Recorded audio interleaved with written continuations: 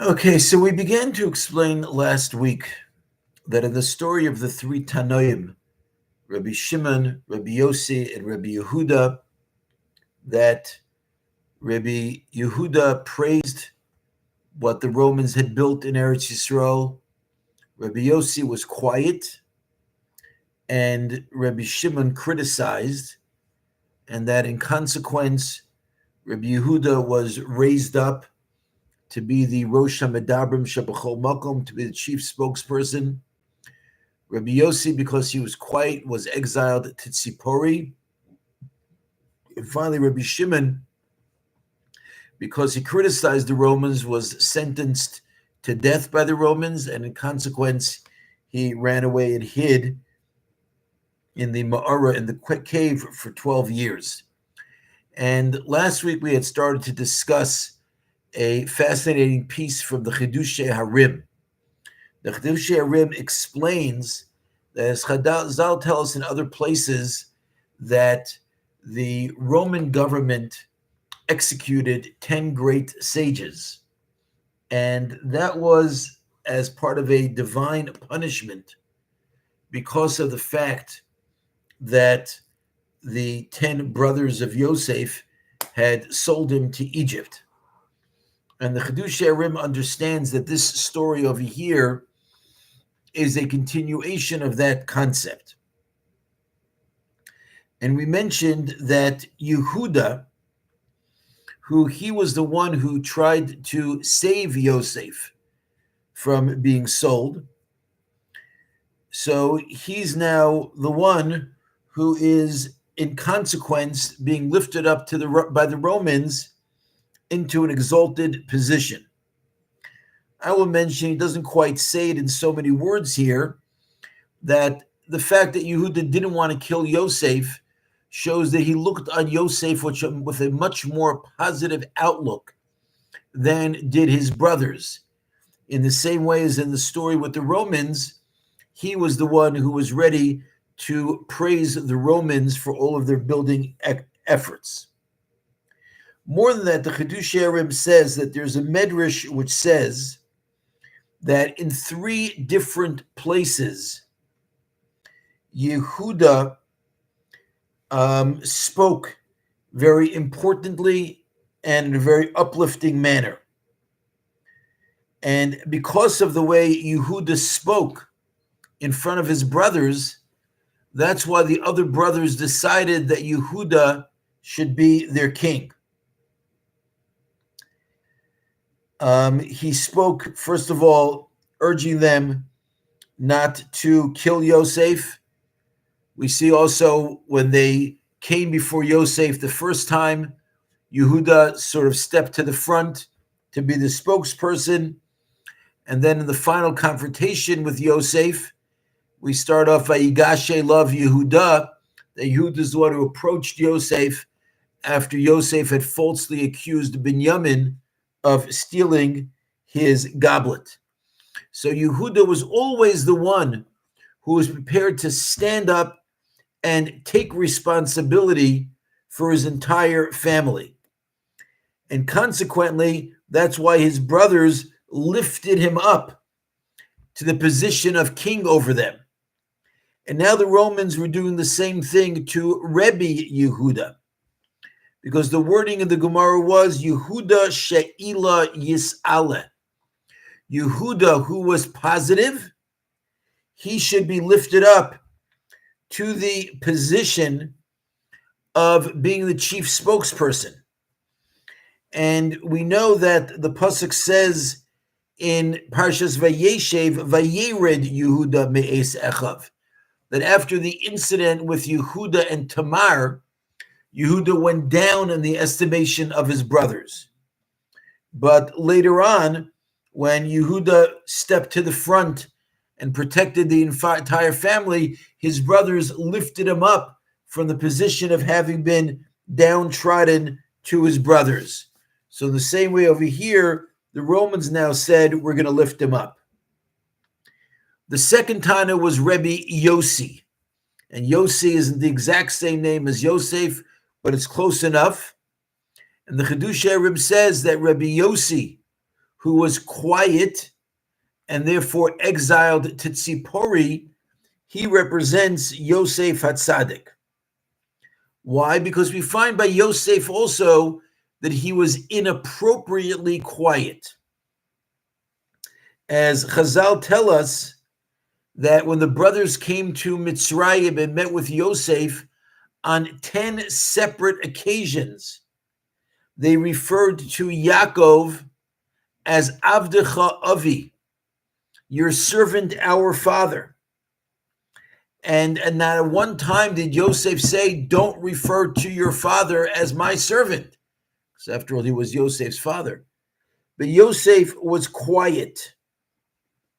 And Chazal tell us that in consequence, Yosef was punished by dying before his brothers.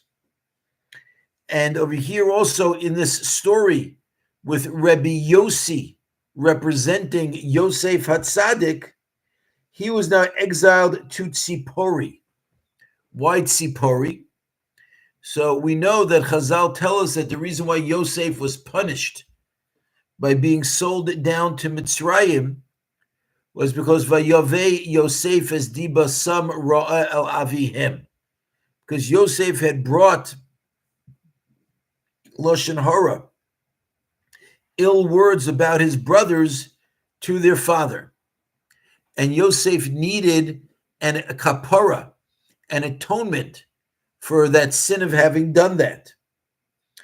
And in the Torah, we find that the atonement for someone who speaks Lashon Hara and got tsaras, a leprosy-like disease, is he has to bring birds, tziporim.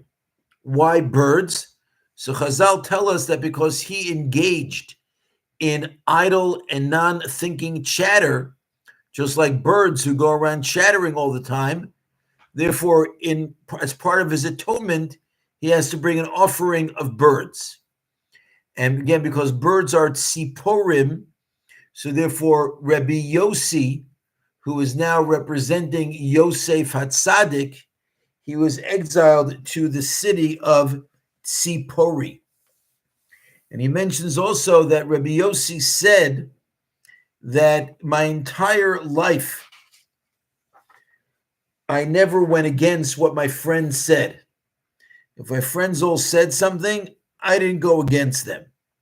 And so Chiddushei Harim explains that that's because of the fact that he discovered through the interaction that Yosef Hatzadik had with his brothers about the consequences of getting into words with others. And therefore he said that when he came back now as a Gilgul, as a reincarnation in the Tana Rebbe Yossi, he made sure to never go ahead and to speak and disagree with his peers. Another interesting thing is that we find in the Gemara a concept expressed by Rebbe Yossi that mili lo mimserin l'shliach. You can't give somebody else a job to do and have him act halachically in your stead if the entire focus of the job is merely transmitting words. That would not constitute making the person into a shliach. Halachically, a person can't do that and be considered to be acting as your proxy. And so the Chiddushei Harim wants to explain that why did Rebbe Yossi hold that way?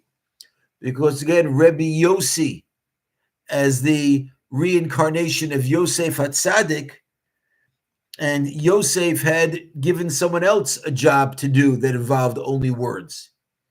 He asked the Sar HaMashkim, the butler, to remember him to Paro and to say something good about him to Paro. And the Sar HaMashkim forgot, and that showed Yosef Hatzadik, and consequently Rebbe Yossi, you can't just trust somebody else with mere words. Finally, we get to Rebbe Shimon Bar Yochai. Shimon Bar Yochai is the Gilgul, is the reincarnation of Shimon, who he was at the forefront of selling Yosef to Egypt. And since in consequence of his behavior, Yosef ended up in jail for 12 years, that's why Rebbe Shimon Bar Yochai was punished, and he had to remain in the cave for 12 years. And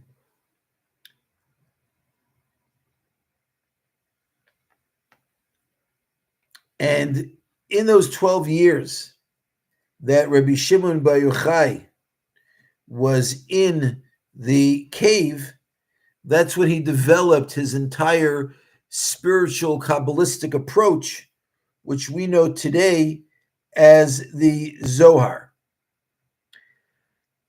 Interestingly, there's in the song Bar Yochai, it mentions about Bar Yochai, the Rebbe Shimon Bar Yochai, Nezarta Bigvura, you girded yourself in strength. Ubemechemes Eish Das Hashara, you fought the battles of Torah. V'cherev Hotseisa Mita'ara, and you pulled a sword out of its scabbard. Shalafta, you drew it neged Sarecha, against your enemies. And we don't really find in Rabbi Shimon Bar Yochai's lifetime that he ever engaged in battle.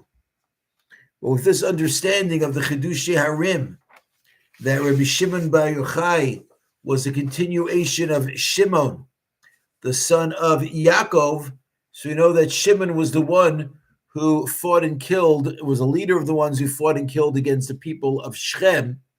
So that's why that is now being attributed to Rabbi Shimon ben Yochai. Thank you very much for listening. And once again, the shir is sponsored in memory of Chana Devora Bas Avraham. Have a good evening.